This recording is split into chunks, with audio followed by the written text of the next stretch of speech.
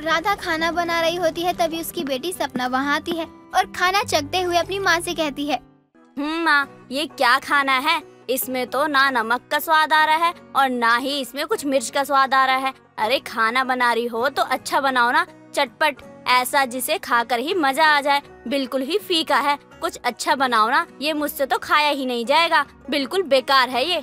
तुझे बिल्कुल शर्म नहीं आती है ना?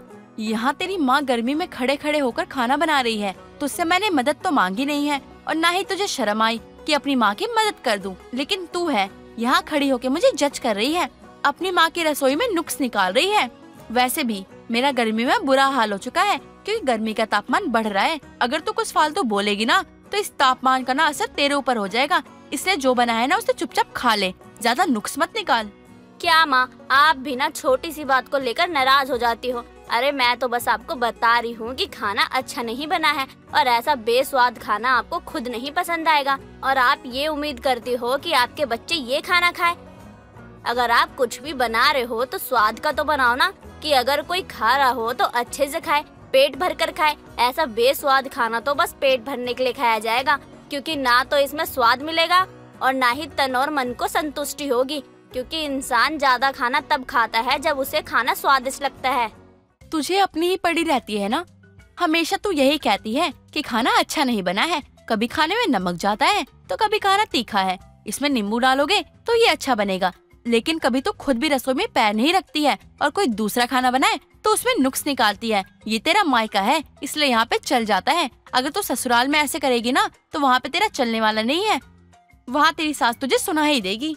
अरे माँ, आप मुझे ऐसे क्यों सुना रही हो? इसमें मैंने क्या सुनने वाली बात कर दी है? आप खुद बताओ, अगर आप बकवास खाना बनाकर किसी मेहमान को दे दोगी और वो आपकी बुराई करे तब आपको बुरा लगेगा ना? यही आपकी बेटी बुराई कर रही है ताकि आप सुधार लो तो आपको गुस्सा आ रहा है। ये तो कोई बात नहीं होती है ना। मेहमानों के लिए आप अच्छा खाना बनाती हो, हर चीज चेक करती हो, ये ज्यादा ना हो जाए, वो ज्यादा ना हो जाए, कुछ कम ना हो जाए। वहीं आपकी बेटी आपको कुछ सामने से बता रही है कि इसको और थोड़ा अच्छा कर सकते हो, लेकिन नहीं, तब तो आपको 10 गुना मिर्ची लगने लग जाती है। हाँ, ये तो तूने बिल्कुल सही कहा है। मैंने तो सच में बिल्कुल अच्छा खाना बनाया नहीं है, ये तो खाया ही नहीं जाएगा और तुझे भी खाने का स्वाद बिल्कुल परफेक्ट चाहिए होता है। अब हम क्या ही करें? चल कोई बात नहीं, एक काम कर, तू अपने लिए खुद ही बना ले खाना, क्योंकि ये खाना तो तू खाएगी नहीं और दोबारा मैं बनाने वाली हूँ नहीं। इतनी गर्मी हो रही है, जो बनाया है वही खा लूंगी, मुझे कोई दिक्कत नहीं है फीका खाना खाने में। खराब खाने से तो अच्छा ही है कि मैं फीका खाना ही खा लूं। और तू अपना सोच ले तुझे क्या करना है। सपना को अपनी यही आदत कई बार बहुत भारी पड़ जाती थी, क्योंकि वो हर किसी के खाने में कमियां निकालती थी, जिसके बाद उसे खाना खाने को मिलता ही नहीं था। क्योंकि जो इंसान कमी निकाल रहा है वो जिसमें कमी निकाले वो खाना तो खा ही नहीं सकता। ऐसे ही कई दिन निकल जाते हैं। कुछ दिनों बाद सपना की जिस लड़के से शादी तय होती है अरुण उससे शादी करके उसे अपने घर ले आता है और सपना शादी करके अपने ससुराल भी आ जाती है। अरे बहू, हमारे यहाँ जो नई बहू होती है ना, वो 1 महीने तक रसोई का कोई काम नहीं करती। वो बस अपने कमरे में बैठी रहती है। घर का सारा काम मैं करूँगी और तेरी ननद है ना, वो करेगी। इसलिए तुझे कुछ भी चाहिए हो ना या फिर कुछ बनवाना हो तो हमें बता दियो। अब तू तो अपने लिए खुद बना नहीं सकती, इसलिए हम तेरे लिए बना देंगे और 1 महीने बाद तेरी रसोई की रस्म पूरी होगी। ये तो अपनी बहू को समझाने के बाद उसे कमरे में छोड़कर अपने कमरे में चली जाती है। अगली सुबह सपना की ननद प्रीति सपना के लिए आलू की भुजिया और रोटी बना कर लाती है और अपनी भाभी को देती है। प्रीति अपनी भाभी से कहती है, भाभी ये लो आलू की भुजिया। सब लोगों को मेरे हाथ की आलू की भुजिया बहुत पसंद है, तो मैंने सोचा आज आपकी शादी के बाद ससुराल में पहला दिन है, इसीलिए मैं आपके लिए आलू भुजिया और रोटी बना दी है। जल्दी से खाओ और खाकर बताओ कि कैसी बनी है। सब तो ठीक है, लेकिन शायद तुमने तड़का ठीक से नहीं दिया है, इसलिए स्वाद अच्छा नहीं आ रहा है। अगर तुम तड़का थोड़ा अच्छा दे और इसमें थोड़ा सा आमचूर पाउडर मिला देती तो ये और भी बढ़िया हो जाता। खास बनी नहीं है। वैसे बताने के सब लोग तुम्हारे हाथ के आलू की भुजिया की तारीफ करते हैं। खैर कोई बात नहीं, तुम मेरे लिए खाना लेकर आई, उसके लिए बहुत शुक्रिया। अरे भाभी, बस एक आप ही हो जिसे मेरी आलू भुजिया पसंद नहीं आई। आज तक किसी ने भी मेरे हाथ के आलू की भुजिया की बुराई की ही नहीं है। यहाँ तक कि मेरे स्कूल में, मेरे कॉलेज में, यहाँ तक कि मेरे ऑफिस में किसी ने कुछ भी नहीं कहा है। सच में भाभी, कहीं आप मजाक तो नहीं कर रही हो ना? अरे मैं तो मजाक करती ही नहीं हूँ, मैं बिल्कुल सच कह रही हूँ। मुझे कुछ खास नहीं लगी तो मैं यही कहूँगी, लेकिन तुमने मेरे लिए आलू भुजिया बनाई, उसके लिए मुझे बहुत अच्छा लगा। लेकिन तुम इसे और भी अच्छी बना सकती थी, तुम्हारे लिए ही अच्छा होगा। बाकी तुम्हारी मर्जी है, तुम्हें जैसा ठीक लगे तुम वैसा बनाओ। मेरा काम था बताना और मैंने बता दिया। सपना अपने ससुराल में आने के बाद भी हर किसी के खाने में जज करने लगी थी, खाने में कमी निकालने लगती थी। कुछ दिनों बाद सब लोग साथ में बैठकर खीर खा रहे होते हैं, जो कि सपना की सास ने बनाई थी। सपना जैसे ही खीर खाती है तो वो उसमें भी कमी निकालने लगती है। माँ जी, वैसे तो आप बड़ा कहती हैं कि आप बहुत अच्छा खाना बनाती हैं, लेकिन मुझे पक्का विश्वास हो गया कि खाना बनाना आपके बस की बात नहीं है। आप ये कह रही थी कि आपने खीर बहुत अच्छी बनाई है, मुझे तो कहीं से भी अच्छी नहीं लग रही है ये। आप अच्छी खीर कभी कैसे बना सकती हो? अच्छे से पता भी है क्या होती है खीर। अरे भाभी, कितनी अच्छी खीर तो बनाई है माँ ने, कितना अच्छा स्वाद आ रहा है। पता नहीं आपको क्या कमी लग रही है, आपको शायद जज करने की आदत है, ये तो मुझे पक्का पता है। अरे बहू, जब तू मेरी रसोई को जज कर ही रही है तो ये बता, मेरी रसोई में बनी हुई खीर में क्या कमी है जो तुझे अच्छी नहीं लग रही है? बाकी सब तो ठीक है, लेकिन चीनी थोड़ी और ज्यादा हो जाती और इसमें आप इलायची डाल देती तो और मजा आ जाता, और अगर चुटकी भर केसर डालती तो स्वाद में 4 चांद लग जाते। खैर कोई बात नहीं, आपने कोशिश अच्छी की है। बहू, तेरा नाम बहुत हो रहा है कि ये जज बहू है, हर रसोई को जज करती है। मुझे बिल्कुल भी नहीं पसंद है जो हर चीज में कमियां निकाले। अरे हम लोग खाना बना रहे हैं तो तुझे कमियां निकालना जरूरी है क्या? इतनी मेहनत से खाना बनाते हैं और जब भी तुझे कुछ खाने को दो तो इसमें ये कम है, उसमें वो कम है, बस ये ही बोलती रहती है। माफ करना माँ जी, मुझे नहीं पता था। मेरा सच बोलना आपको इतना बुरा लग जाएगा। ठीक है, अगली बार से ध्यान रखूंगी। सपना की जज करने की आदत सब उसके ससुराल वाले भी उससे परेशान हो चुके थे। कुछ दिनों बाद 1 महीना पूरा हो जाता है और अब सपना की पहली रसोई का दिन आता है। सपना की सास सपना से बोलती है, तो आज हमारी जज बहू की पहली रसोई है। बहू, अब तक तो तूने हम सबके खानों में कोई ना कोई कमी निकाली ही है, हम सबके खाने को जज किया है, तो आज तेरे खाने में हमें कमी निकालने का मौका मत दियो, क्योंकि आज तेरी सारी निकाली हुई कमियों की भरपाई होगी। सपना हर किसी की बुराई तो करती थी, लेकिन उसे खाना बनाना नहीं आता था, और जब वो खाना बनाती है तो उसे बहुत फीका होता है। कुछ देर बाद खाना बनाने के बाद सपना सबके आगे परोस देती है। प्रीति, गीता और सपना और उसका पति जैसे ही खाना खाते हैं उन लोगों का मुंह बन जाता है। तभी प्रीति हंसते हुए कहती है, जज बहू की बेस्वाद रसोई। भाभी, आपने हमारा खाना तो बहुत जज किया है, लेकिन आपका खाना तो जज करने के लायक भी नहीं है। जज बहू की रसोई। बहू, अब समझ आ गया ना कि तुझे बस जज ही करना आता है और कुछ नहीं। अब तक सपना ने ही सबका बहुत मजाक बनाया था और अब सपना का ही मजाक बन रहा है, क्योंकि जज बहू की रसोई बहुत ही बेस्वाद और फीकी बनती है। संगमपुर गांव में फुलवा और गायत्री नाम की 2 बुढ़िया रहा करती थीं। दोनों का घर एक दूसरे के सामने था। गायत्री बुढ़िया जहां दिमाग की तेज थी, वहीं फुलवा थोड़े मोटे दिमाग की थी। उसे जल्दी कोई बात समझ में ही नहीं आती। एक दिन फुलवा अपने घर के अंदर बैठी मिठाई बना रही होती है। अरे वाह, मेरे मिठाई बनाने के बाद कितनी सुंदर लग रही है। आज की मिठाई मैं किसी को नहीं दूंगी, केवल खुद ही खाऊंगी। हर बार यही होता है कि मिठाई मैं बनाती हूँ और खा कोई और जाता है, लेकिन इस बार मैं अपनी मिठाई किसी को नहीं दूंगी। कितनी अच्छी खुशबू आ रही है, मजा ही आ गया। फुलवा काकी मिठाई बना ही रही होती है कि तभी उनका पड़ोसी भोलू, जो कि 50 साल का होता है और खाने का बहुत ही शौकीन होता है, उसे आवाज लगाते हुए घर आता है। अरे फुलवा काकी कहाँ हो? अरे लो, मैं बाहर आपको आवाज लगा रहा हूँ और आप यहाँ बैठी हो। ओहो, मिठाई बनाई जा रही है, तभी कहो ये देसी घी की खुशबू कहाँ से आ रही है? अरे ओ काकी, क्या तुम मुझे मिठाई चखने को दोगी? मिठाई देखकर हमारे मुंह में पानी आ गया जी।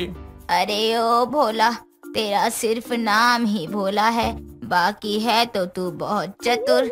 तुझे पता है कि मैं हर मंगलवार को मिठाई बनाती हूँ, इसीलिए तू जानकर उसी समय मेरे घर आता है ताकि तुझे मिठाई खाने को मिल जाए। लेकिन आज तुझे कुछ नहीं मिलेगा, बता रही हूँ मैं। अरे काकी, तुम कैसे बातें कर रही हो? मैं तुमको पेटू नजर आता हूँ का? अरे मैं तो सच में काम से ही आया था, लेकिन तुमने मिठाई देख कर ना मन फिसल गया है जी। आप थोड़ी बहुत मिठाई खिला ही दीजिए। अरे गांव में आप जैसे अच्छे मिठाई कौन ही बना पाता है, इसलिए ना थोड़ी बहुत खिला दीजिए। खाने को ना सही, थोड़ा चखने को ही दे दीजिए ना। आप तो हमारी प्यारी सी अच्छी सी काकी हो ना, आप तो दे ही सकती हो। बिल्कुल नहीं, मैं तुझे आज मिठाई चखने को भी नहीं दूंगी।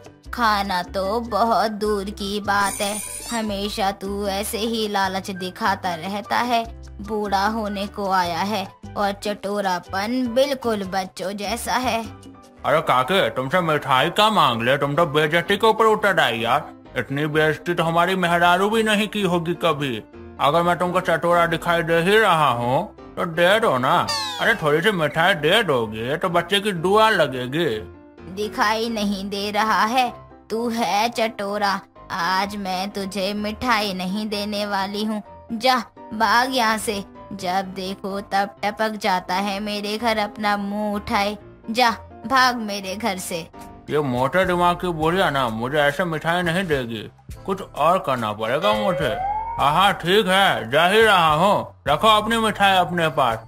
हमको भी यहाँ खड़े होकर अपनी बेइज्जती करवाने का शौक नहीं है, उसके लिए हमारी मेहरारू और हमारी पुटो दोनों ही काफी है। ठीक है, चलते हैं। भोलू इतना कहकर वहाँ से चला जाता है। तभी थोड़ी देर बाद वहाँ गांव की चंपा नाम की एक औरत आती है जो कि बहुत ही गरीब थी। उसी भी फुलवा के घर से अच्छी मिठाई की खुशबू आती है और वो फुलवा काकी के घर के आगे खड़ी होकर आवाज लगाती है। अरे ओ फुलवा काकी, क्या बना रही हो? 2 दिन से कुछ नहीं खाया है, कुछ खाने को दे दो। चंपा की आवाज सुनकर फुलवा घर से बाहर आती है। ओ भिखारन, तू फिर आ गई भीख मांगने। तुझे कितनी बार कहा है कि मेरे घर भीख मांगने मत आया कर, तुझे यहाँ से कुछ नहीं मिलेगा। जा भाग यहाँ से। वो काकी, मैं भिखारन नहीं बल्कि एक गरीब औरत हूँ, 2 दिन की भूखी हूँ, मुझे कुछ खाने को दे दो। तुझे समझ नहीं आता है, मैंने बोला ना कि मेरे पास कुछ नहीं है खाने को। जा भाग मेरे घर से। पता नहीं कहाँ कहाँ से आ जाते हैं सुबह सुबह दिमाग खराब करने के लिए। झूठ काहे बोल रही हो काकी? तुम्हारे घर से मिठाई की बहुत अच्छी खुशबू आ रही है, जैसे मोतीचूर के लड्डू बने हो। नाक तो इस भिखारन की इतनी तेज है कि बिना देखे ही बता दिया कि मैं क्या बना रही हूँ। हाँ, बनाए हैं मैंने मोतीचूर के लड्डू, लेकिन तेरे लिए नहीं है। वो लड्डू मैंने सिर्फ अपने लिए बनाए हैं, वो मैं किसी को नहीं देने वाली हूँ। काकी, 2 ही लड्डू दे दो, कम से कम वो खाकर पानी तो पी लूंगी, कुछ तो जाएगा पेट में। इतनी भी बेरहम मत बनो काकी। नहीं तो नहीं बोला ना, समझ में नहीं आता है तुझे। जा यहाँ से, वरना तुझे झाड़ू मार मार कर भगाऊंगी। भाग यहाँ से। आज समझ में आया बुढ़िया कि तुझे सब मोटे दिमाग वाली बुढ़िया क्यों कहते हैं, क्योंकि तू है ही मोटे दिमाग की, जिसे कुछ भी समझ नहीं आता है। चंपा काकी को सुनाकर चली जाती है और फुलवा अंदर जाकर फिर से मिठाई बनाने लगती है। कुछ देर बाद उसकी पड़ोसन गायत्री अपने घर के आंगन में झाड़ू लगाने के लिए बाहर आती है। तभी उसे मिठाई की खुशबू आती है। हाय, क्या खुशबू आ रही है, लगता है कहीं किसी के यहाँ मोतीचूर के लड्डू बन रहे हैं। मिठाई का नाम सुनते ही मेरे तो मुंह में पानी आने लगता है। किसके घर से आ रही है ये खुशबू, जरा देखूं तो। गायत्री मिठाई की खुशबू सूंघती हुई फुलवा के घर पहुंचती है और उसे मिठाई बनाते देखकर उससे रहा नहीं जाता और वो कहती है, फुलवा बहन, तुम मिठाई बना रही हो, बड़ी अच्छी खुशबू आ रही है, थोड़ा मुझे भी खिला दो। आज तुम्हारे मुंह से इतने प्यारे शब्द कैसे निकल रहे हैं मेरे लिए। वैसे तो तुम मुझे मोटा दिमाग का बोलती हो ना। ऐसी बात नहीं है, वो तो मैं ऐसे ही बोल देती हूँ। तुम तो बहुत दिमाग वाली हो, तभी तो इतनी स्वादिष्ट मिठाई बनाती हो। अब चखा भी दो जरा सा। तुम चुपचाप अपना रास्ता नापो, मैं तुम्हें सूंघने के लिए भी ना दूं मिठाई। भागो मेरे घर से। मिठाई के लालच में मुझे प्यार दिखा रही है, जल कुकड़ी कहीं की। हाँ हाँ ठीक है, जा रही हूँ। अपनी मिठाई अपने पास रख। इतनी बेइज्जती करने के बाद कौन खाएगा तेरी मिठाई। गायत्री वहाँ से चली जाती है और फुलवा अपनी मिठाई बनाकर उसे रसोई में ढककर टाइट होने के लिए रख देती है और खुद आराम से सो जाती है। सुबह जब वो मिठाई लेने जाती है तो वहाँ मिठाई ना देखकर वो रोने लगती है। हाय राम, मेरी मिठाई कौन ले गया।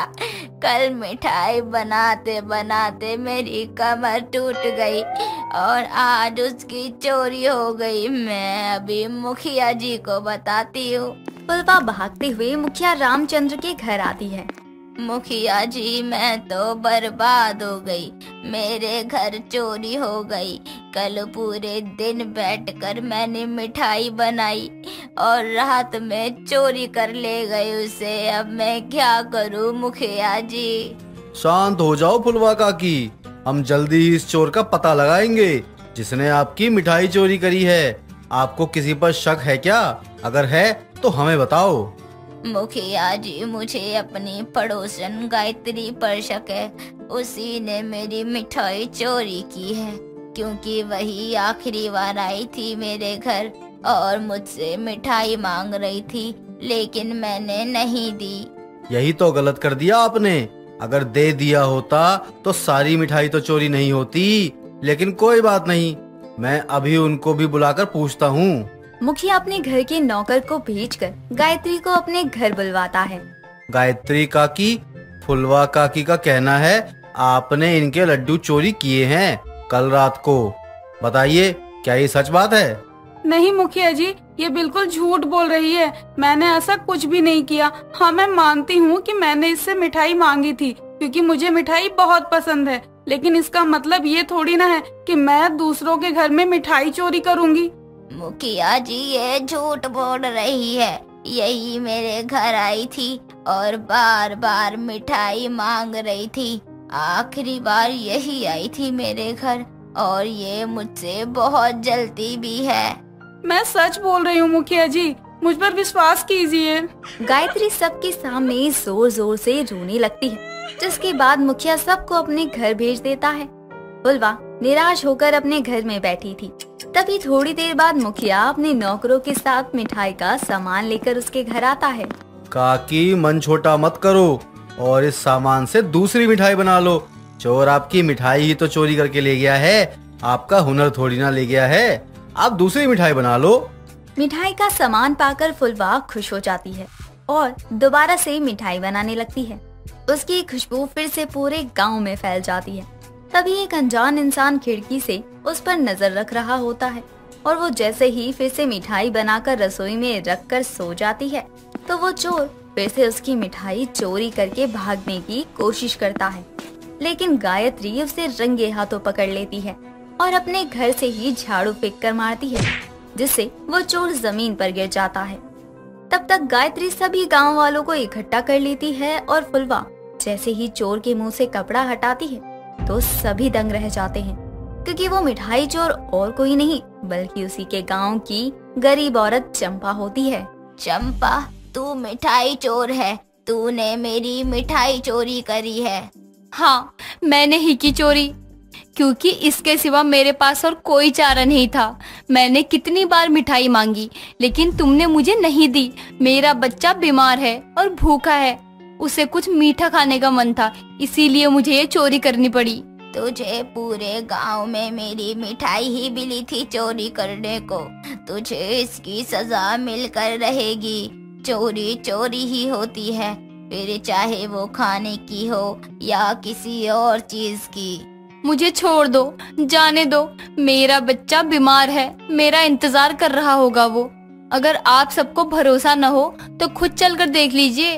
सभी चंपा के घर जाते हैं और उसके बच्चे को बीमारी और भूख से तड़पता हुआ देखकर सभी को उस पर दया आ जाती है।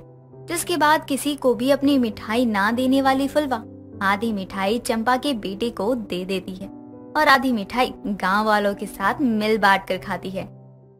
रेखा अपनी 3 बेटियां नंदिनी, नेहा और विभा के साथ रहा करती थी। रेखा की बड़ी बेटी नंदिनी को खाने पीने का काफी शौक था, सब इसीलिए वो हमेशा कुछ ना कुछ बनाया करती।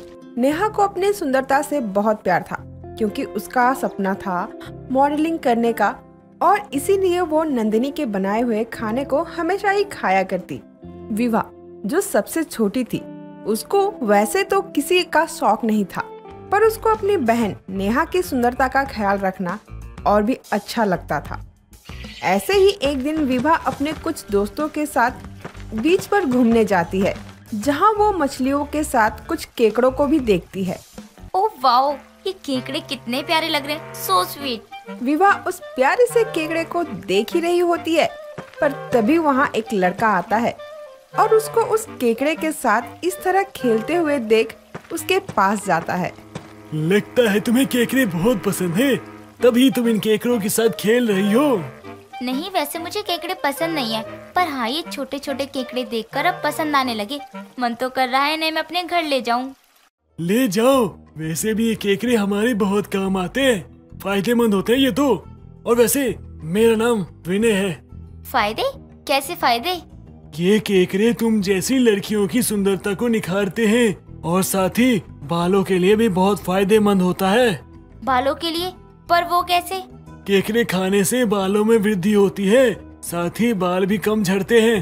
अगर ऐसा है तो इन केकड़ों को खाने की जरूरत सबसे पहले तो तुम्हें है, क्योंकि तुम्हारी टांट पर तो बाल ही नहीं है। अरे आपको मजाक लग रहा है क्या? हाँ मैं मानता हूँ कि मेरे सर पे बाल नहीं है, पर मेरे सर पे जितने भी बाल दिखाई दे रहे हैं ना, वो इन केकड़ों के कारण ही आए हैं। मैं पहले पूरा गंजा था, लेकिन जब से मैंने इन केकड़ों का सेवन किया है तब से मेरे सर पे बाल आ गए हैं। अच्छा है, ऐसे ही इन केकड़ों का सेवन करो और आ जाएंगे। वैसे तुम इन केकड़ों की ऐड बड़ी अच्छी करती हो। मैं कोई ऐड नहीं करता। विनय पीछे ही रह जाता है और विभा आगे की तरफ बढ़ जाती है। वैसे तुमने अपना नाम नहीं बताया। अरे यहीं रहते हो क्या? अरे आती जाती हो यहाँ पे? अरे कोई आइडिया चाहिए हो तो आ जाना, मैं यहीं मिलूंगा आइडिया लेके। विनय चिल्लाकर बात करता ही रह जाता है, लेकिन विभा उसकी तरफ पलट कर नहीं देखती और अपने घर आ जाती है। घर आने के बाद वो अपने दोनों बहनों को देखती है। उसकी बड़ी बहन अपने फोन में केकड़ा बनाने की विधि देख रही थी, तो वहीं नेहा अपने बालों को पकड़कर रो रही थी। नेहा दी, क्या हुआ? आप इस तरह अपने बालों को पकड़कर क्यों रो रही हो? आपके बालों में जुआ आ गए हैं क्या? नहीं यार विभा, तू जानती है ना मैं अपने ऊपर कितना ध्यान देती हूँ। हाँ, पर हुआ क्या? और नंदिनी दी, आप इतनी देर से फोन में क्या लगी हो? अरे लगेगी नहीं तो क्या होगा? मैंने इसको पहले ही कहा था कि बाहर का कोई प्रोडक्ट इस्तेमाल मत कर, लेकिन मेरी सुनती ही कहाँ है। देख अब क्या हो गया। अरे पर हुआ क्या है?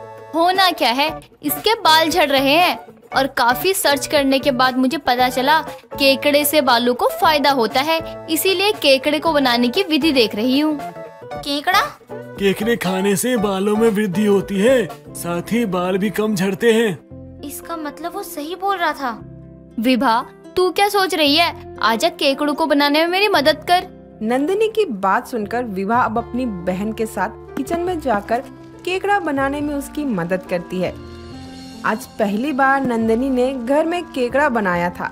ये देखकर विभा को थोड़ा अजीब लगता है।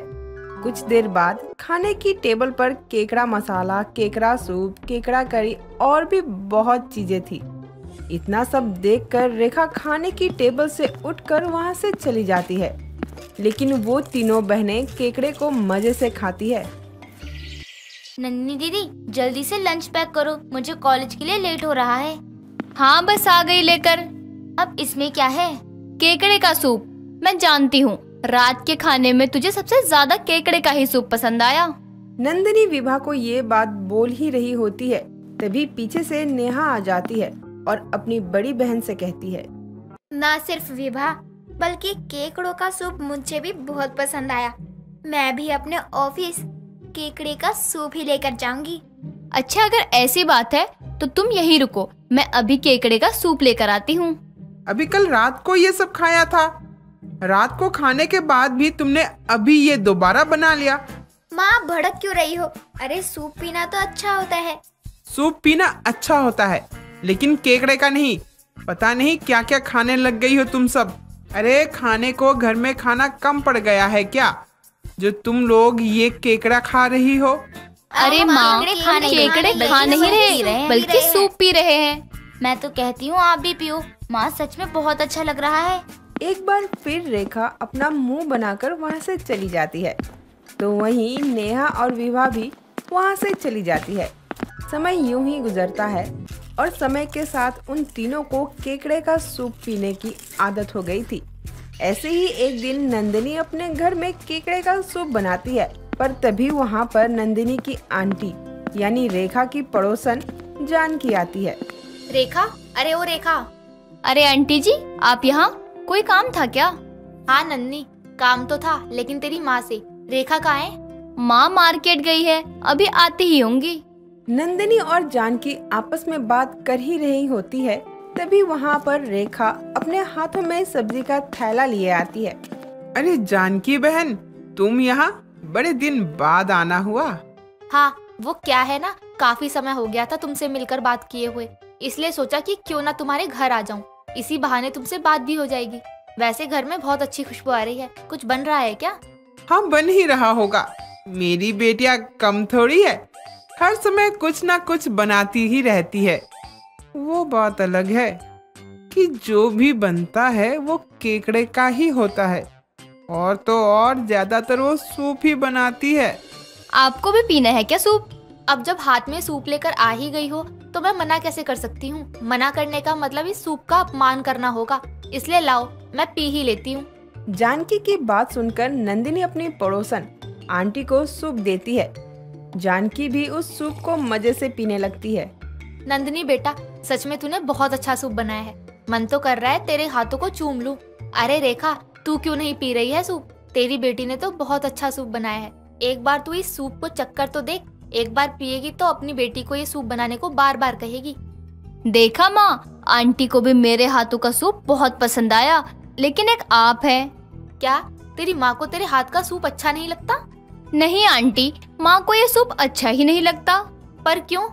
इतने अच्छे और टेस्टी सूप को भला कोई कैसे रिजेक्ट कर सकता है? क्योंकि ये सूप केकड़े का है। जब तुझे इस सूप का सच पता चलेगा तू भी नहीं पिएगी। जानकी बात कर ही रही थी, तभी वहाँ पर हाथ में एक बॉक्स लिए विभा और नेहा आती है। नंदिनी, हम केकड़ों को ले आए। देखो, आज हम काफी मात्रा में इन केकड़ों को पकड़ कर लाए हैं। हाँ, और आज आप इस केकड़े के सूप में केकड़े की मात्रा ज्यादा रखना। जब आप केकड़े की मात्रा को ज्यादा रखेंगे तभी तो नेहा दीदी के सर के बाल वापस आ जाएंगे। उन दोनों की बात सुनकर जानकी पी रही सूप को अपने मुंह से उगल देती है। तो क्या? केकड़े का सूप? हाँ, केकड़े का सूप। आपको पता भी है केकड़े का सूप कितना फायदेमंद होता है? हाँ, हम तो इसी का सूप पीते हैं, और आप जो पी रही हो वो भी केकड़े का ही सूप पी रही हो। क्या?